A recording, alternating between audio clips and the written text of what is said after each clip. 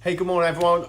Today we've got a special chat, so it's a bit of a teacher talk with Emma Austin-Goodhall. So, Hello. all right. So, Emma's your geography teacher at a local secondary school, right? Gloucestershire, yeah. So, obviously, kids have gone back to school, and there's children gone up to new schools, children gone into new schools for the first time. Yeah.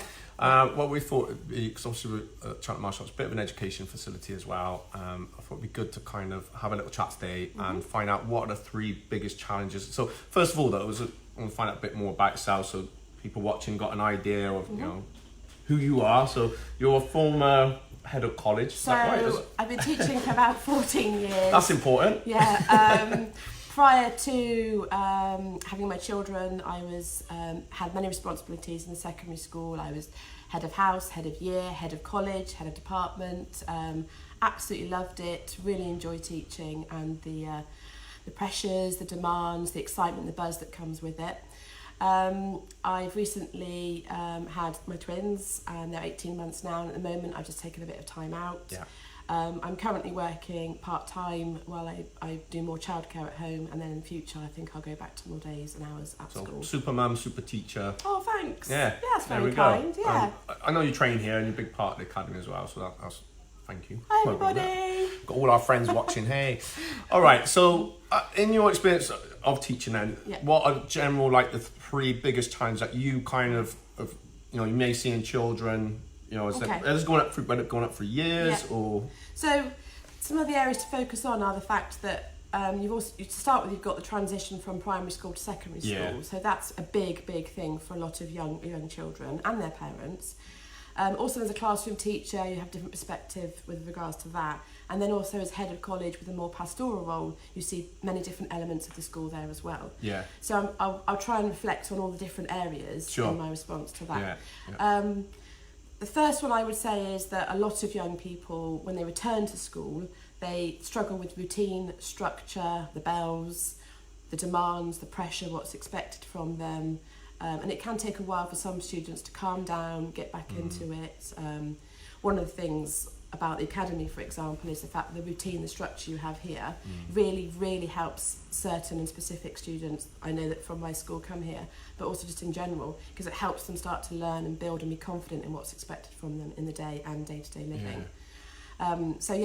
At school that can be quite a big thing. On the other flip side to that though, some students actually need more routine and structure. They don't have that at home, and they actually almost can't wait to get back to school in a weird kind of way, because the school gives them that sort of confidence, that structure they don't have, that they perhaps need. Yeah, it's a long time, especially summer holidays, right? So I think everyone goes out of the whole routine. Parents as well included. So we do have a few students that actually almost don't want the summer holidays or the half-term breaks because they're scared or they're not sure what routine and structure is going to be and so on. So actually school does provide that for them. Yeah, brilliant. So something I was going to ask then, it's totally gone. But so another response is that friendship groups. So we've got new friendship groups in school, emerging, changing, young people, again, hormones kicking in at different ages. Social media, although we all love social media at times, it plays a massive part, negative part in students' learning, because the social element of it can be really destructive. The world's changed a lot with that, I guess. Right? And also compared to my youth, we didn't have social media. No. So dealing with this on a daily basis.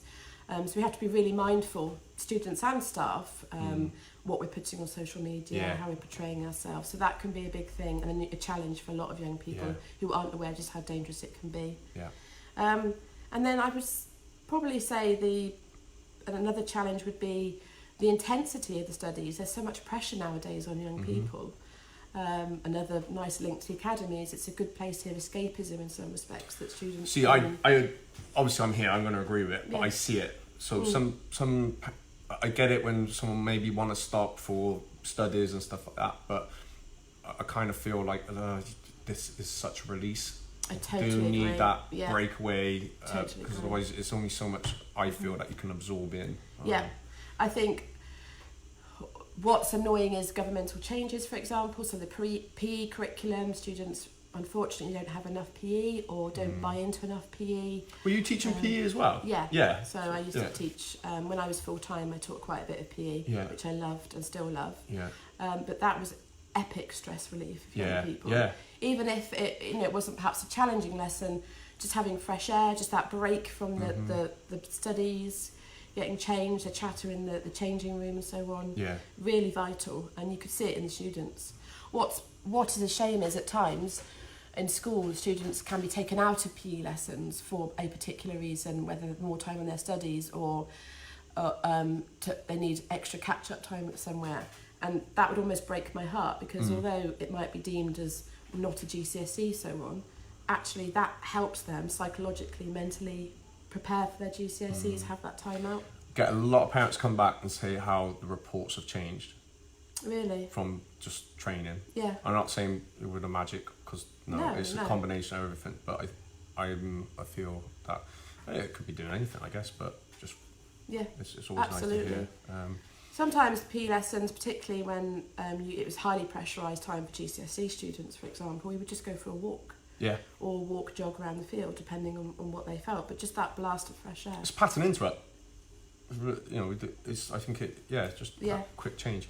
So, like, my eldest son, he's going up to seniors next year, so we pretty much know where we want him to go, but there's a little bit of stress, because you're thinking, oh, that's only a year away, but I'm surely not the only parent that's thinking that. So what advice have we got for people like me? So obviously my perspective is going to be a bit different, because I'm not a parent yet of a child of that age. I'm sure it'll be different when my children are a bit older. So from a teacher's perspective, I know in my mindset, or I believe, that the school is a safe place. It's structured, there's staff there, it's accessible. I know as an adult what to do, where to go, how to, but to a young child coming in, I would say bond with your tutor. I would say make sure that you're organised the night before, you've got all your stuff sorted. Challenge yourself, join new groups, new clubs, new friends. It's good to go up with certain friends, but try and break out from that and meet new people. It is going to be nerve-wracking. It is going to be, but that's, in some respects, that's part of life. Part of life, yeah. I agree, yeah. That's how life goes. If we lived in our comfort zone all the time, we probably wouldn't achieve very much, some people in their lives. And if you are experiencing difficulties, like as a parent, you're not happy, or your child, report it to the school, head of college, head of year, your tutor, and so on. You guys are there to listen and work together, right? When I was head of college, my job pastorally was primarily to do that, to be that link. Yeah. It always makes us smile in a sweet way, because when year 7s start in particular, the parents are used to sort of playground behaviour at primary school, and they all wait outside, and it's lovely. I'm sure I'll do the same. But we're like, you won't be doing that for long, because once the kids get confident and so on, and they need their independence, I think. But you know what? I used to walk to school when I was infants on my own. Did you? Mum let me go on my own. It's a bit tough for her, but I don't think you could do that now. I think, that's what we were saying earlier. It's such a shame that society has changed, because, yes, I used to walk to school, and that was not that long ago. And we were just talking like 5 years ago, right? Yeah, a couple of years ago. Yeah, maybe a couple. But now, you just wouldn't. It's a shame. Yeah. Again, linked to social media and the pressure that can come with that. Society's different generally. Maybe I don't think we're more fearful. We are as parents, but there are more dangers out there. We're more aware of them. Well, if I listen to, as I'm parenting my 18-month-old twins, how I'm parenting them is very difficult to how my mum reports how I was brought up. Yeah, and I'm not criticising that. It's just, I wouldn't do some of the things that she did, but that was totally fine and acceptable in her day and what she was doing. And I bet from her point of view, her parents probably said the same to her. Yes, so. So you may have already covered this, but what tips as for a parent as a teacher to help? Well, let's talk about GCSEs now. So as some children be entering into their final year, I guess. Have you got some? Lots of tips. Obviously, I'm going to say fitness is important. Yeah. Whether it be a club, a society, getting some fresh air, a break in the revision. I always recommend, and it helped me when I was studying not that long ago, short, sharp bursts of revision. Like Yeah. nobody could go upstairs and study for 4 hours solid and think that they can absorb all that information. Short, sharp bursts with little treats in between, whether it be a bit of fruit, or I'm going to do this amount of time and then I'll have my lunch, or a little bit of head release, a bit of easy TV or something like that.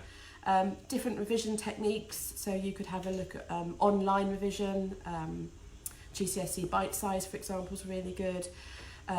Making post-it notes around your bedroom, around the house. I always encourage my students to make large posters with lots of colour, because that really sort of engage the joy in some respects of making those really sort of benefits a lot of people.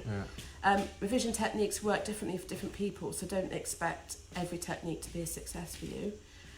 Test yourself, get your friends to test you. Podcasts, speaking into a recording yourself and then just having that. I used to do that. I used to record myself, like testing your friends, speaking to a teacher and asking about something you're not totally sure about, revisiting that. Don't put pressure on yourself. You are who you are. Believe in yourself. So many students can't do that, can't do it. Panic, stress, tears, emotions. Do your very best. That's all we can ask for. Yeah, I agree with that. Yeah. Because I think with that, what it does, my grades for school, they weren't great, but I guess I did my best. But look how successful you are now. Yeah, and I think it just puts something in your head. So where things don't work out, and what I've learned over a small amount of time, obviously because it was not long since I was at school.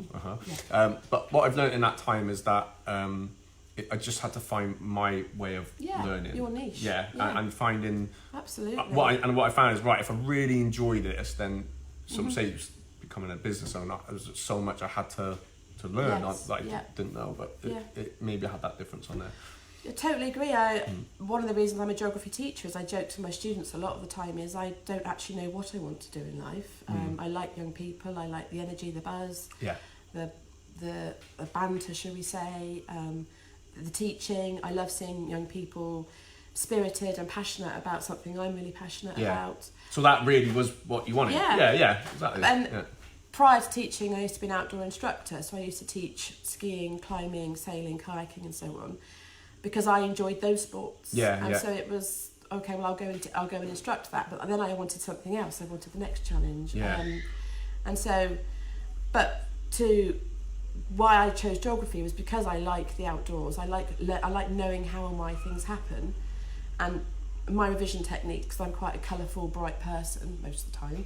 My revision techniques were posters with colour, loud, large around the house. So I was absorbing it all the time. Yeah, brilliant, cool. So I used to say to some of the children, if they want to improve on something, just do 5 minutes a day. A bit more than 5. But it was a starting point. Yeah. It was a starting point. Yeah, and then build it up. A timetable it equated to then like 50 minutes. Yeah. I'm not 5 minutes. I meant extra. A schedule's good. So one of the things we say in particular is students have a timetable when they know they're going to do their maths, their English, their science, when they're going to have a break, what sort of revision techniques they're going to do, so they mix it up. But so they don't get all panicky, because there's so much pressure, like I said, on young people that if a young person knows what's coming, like we have homework timetables, then they can start to organise and plan. And that's, again, a really important life skill. Yeah. I'm sure, let's say, primary school children, I know my children have homework and stuff, but I guess if they're in a routine, right? Yeah. The sooner you instill it, the better. Absolutely. All right, that's cool. And so if you got, some people would probably have finished up their school now. Any top tips for them where they're at based on your... So do you mean finishing GCSE or A-level or... Anything really, even college. Okay, so... I threw that one in there, right? There's definitely a patter of what I'm supposed to say, and then there's also my beliefs. Yep. So I'll just go between the lines. I'll be professional. Okay, so I always say to young people when they're choosing A-levels or a degree, do what... A-levels are hard, degrees hard, it's full on, it's a massive shift from GCSE. Do something you're interested in and you want to spend a long time learning. There you go. Best advice. Yeah, that's the first thing. Yeah. Secondly, don't follow the crowd. I made a mistake when I was younger. I wasn't as confident as I am now. I followed a bit of a crowd. I wish I hadn't. I've got one particular A-level I wish I hadn't taken. I wish I'd taken another one. Hey, hindsight. Is it a good regret though? Because did it, in that sense, all right, if you go back, you know you'd do it different. But as in, it set you on a path. It set you on a path to this somehow. It was a life skill that made me think, okay, look what you did all those few years ago, and if you'd made a different choice, then you would have had that under your belt. Yeah. So my GCSEs weren't that great, and did some again. Went to college, and I did like a foundation course. It was either going to be electrical or computers. And I went on to electronic and electrical engineering. Went through all that. Went through college. Was probably at college longer in the end than was at senior school, whatever, and probably primary to put together. So become an electrical engineer. So it maybe a little bit kind of following the crowd. Again, not knowing what I wanted to do. Yeah, and probably, I don't mean this offensively, Matt, but a lot of young people aren't mature enough to know what they want to do. No, it's not able to lock into it. Absolutely right. Yeah. I didn't know. That's not wrong. That's just how they are exactly. at that stage of their life. I didn't know what I wanted to do, and I just picked something. My dad was an engineer. I'll do that then. Yeah. I used to always want to be a fireman as a thing, and then it suddenly changed. So whatever. But it did give me a skill set. So at the time, I felt there was bits where I wasn't, it wasn't for me. But it gave me a skill set. It gave me things on how I can do that. I can take that to. I won't do it that way. So it gave you all that kind of thing. Well, like you say, it's been part of your path, and it's moulded and created who you are today. Yeah, and I think I think of one of the members we had, and he wanted to be, he wanted an Oscar. And he was most unconfident. Well, not most unconfident. He was quite unconfident when he started. He used to cry a lot in class, and we did a thing, right, we're going to set a goal. Once you've got, I'm gonna go into acting, I'm going to get an Oscar. And your first thought was like, how is he going to do this? But now he's just finished university, so he's not, he's within stage. And brilliant. I think he's, from what I heard, he's working at a local bar, but always comes back full of confidence. Yeah. Full of confidence. Yeah. Before he finished up for uni, he was teaching some of the classes. Brilliant. And it's sound and lighting or something. Right. Something like that. Yeah. So that's the path his goal changed, but that initial goal set put him on a path towards where he wants to go through. So, I mean, something gets to somewhere. Well, I'd also say, I mean, we're encouraged to tell young people to go to university, and obviously I'm not going to disrespect that. That's great for a lot of young people. However, university is expensive these days, and the jobs aren't always out there. And apprenticeships can be just as good and more suitable for young people. Totally agree. I think if you want to be a doctor or a lawyer. Yeah, but then I think you would probably know that early on. Yeah, exactly. Yeah, exactly, right? Yeah. But I think most things, get life skills. Yeah, I mean, I went to teaching at a much older age compared to a lot of my colleagues, but again, fine, each their own. Yeah. But I think that I can reflect on a lot of life experiences. I've done a fair bit of travelling. I use that in my teaching. Yeah. And I think that makes me a stronger, better, secure, more confident teacher. Yeah. I'm sure some people out there would disagree. That's totally fine. I'm just saying what's worked for me and in my experience, what I've seen. Yeah. Experience, life skills go a long way, definitely. Well, like a lot of professions, teaching's hard at times. There's a lot expected from you. Can be quite. I bet you work more than what you gotta. Oh, absolutely. The hours I put in outside of school. That's why we have issues with teacher retention and new teachers coming into profession. But hey, that can be like anything in a lot of jobs. It is. Yeah. And no, we don't just work the few amounts of the times of year that people say we do. We do work a lot of hours. All the holidays you get. Yeah. Sure, there's some critiques out there. Yeah. There's always some, but hey, that's life. Look, thank you so much. Okay. I hope you guys have all got something from there. So I'll tell you what, if you have, drop should we have a book emoji? What would be a good emoji for you? Oh no, not a book emoji. Yeah. No. You want a fist pump emoji? A strong arm, okay. Strong arm, we got it, all right. And if there's any questions that have come up from this, drop them in the comments below. Or speak to me at the academy. Speak to Emma, or at the Please don't come looking for me in school. Didn't want to say which school, but I'm sure everyone is watching and go, I know. Imagine some of you know. Yeah. Hi students, work hard. All right, thanks guys. Thank you very much. Bye-bye. Thanks for watching. Bye. Thank you.